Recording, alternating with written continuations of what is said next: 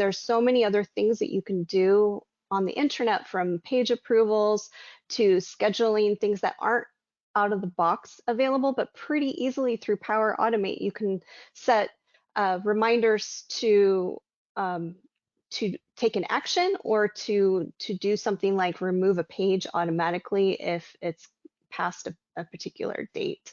The next thing that we're going to showcase is the Power Virtual Agent. So if I'm showing this in Teams, and trying to kind of also reinforce that the intranet is probably at this point more than just SharePoint.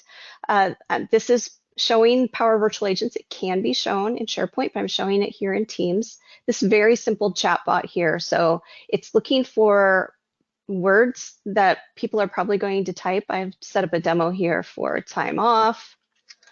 Answering